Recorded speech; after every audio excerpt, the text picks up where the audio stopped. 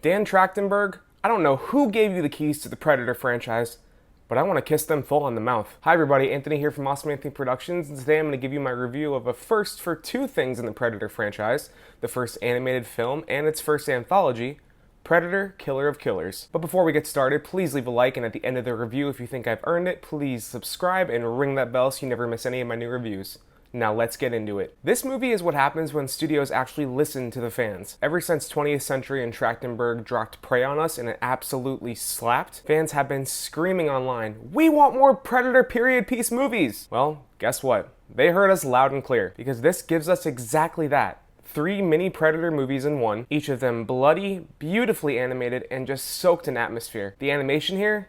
Insane. This is like Spider-Verse meets Arcane. Fluid, but with frame rate changes depending on the character or the action. Stylish, expressive as hell, and it somehow still manages to be incredibly bloody, gory, and visceral. It leans hard into that R rating in the best way. And to make it even better for Predator fans, right from the jump, we get an excerpt from the Yautja Codex. Yeah, starting off with Predator lore, baby. We're eating good. Go forth among the stars, and seek only the strongest prey. They shall be your trophy.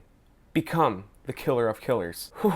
Chills. Each of these stories is about 20 minutes, which is the perfect length. I understand why people were calling it a mini-series before they announced it was going to be an anthology film. No filler, no fluff. Just tight, brutal stories with emotional weight and tons of Predator violence. Let's start with the first one. Set in 841 AD, a Viking chiefess named Ursa, voiced by Lindsay Levanki, has spent her life searching for vengeance after her clan and father were killed in front of her when she was just a girl. She's feral, furious, covered in war paint and snow, decapitating and killing dudes left and right with just a shield. And then she comes face to face with a predator. What follows is this insane snowy brawl where she fights that thing with literally a shield and sheer rage and courage. It's brutal, it's gorgeous, and it had me cheering. Now the second story is a lot more of a work of art. Two samurai brothers in 1609, Kenji and Kiyoshi, both voiced by Louis Azawa, which is a fun nod because he played Hanzo in Predators, have gone their separate ways after being forced to duel to figure out who's going to succeed their father. But then, years later, when they finally meet again to finish the job, a predator shows up. It makes them both question whether honor even matters when you're fighting a walking alien tank with invisibility powers. The best part too is, outside of like sound effects, this entire segment is basically silent. No dialogue until like the last 30 seconds, just haunting music, glances, and sounds of action. And it is easily the most visually stunning Predator battle ever put to the screen. And then we have the third segment.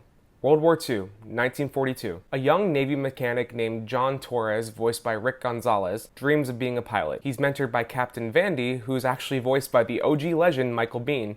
Yeah, you know who he is. Kyle Reese himself from the Terminator, Hicks from Aliens. But when a Predator ship attacks their battalion... You're not hearing me! There's something else up in the sky, and it's not human. John hops in a cockpit and dogfights this damn thing through the clouds. And I'm telling you, it's exhilarating. The aerial sequences have me gripping my couch like I was on the damn plane with them. Each of these stories stands on their own, and they're very powerful.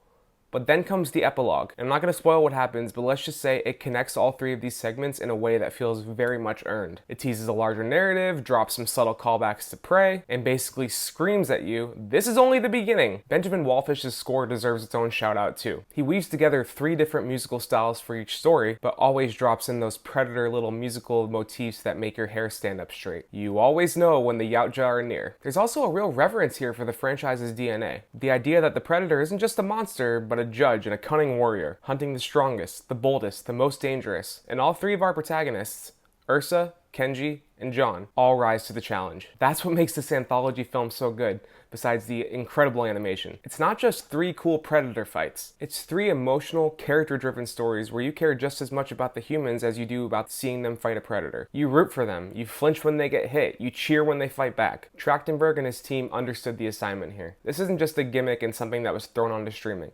This is one of the best entries in the Predator franchise, period. And it left me ridiculously hyped for Predator Badlands this fall. And that's my review of Predator, Killer of Killers. Thank you so much for watching. If you like this review, you know exactly what to do. Please leave a like, subscribe, and ring that bell so you never miss any of my new reviews. While you're at it, you can scroll down the description below, find the links to my socials, leave a comment, let me know if you watched this movie and what you thought. And if you want more of my content, you can click or tap on these cards right here.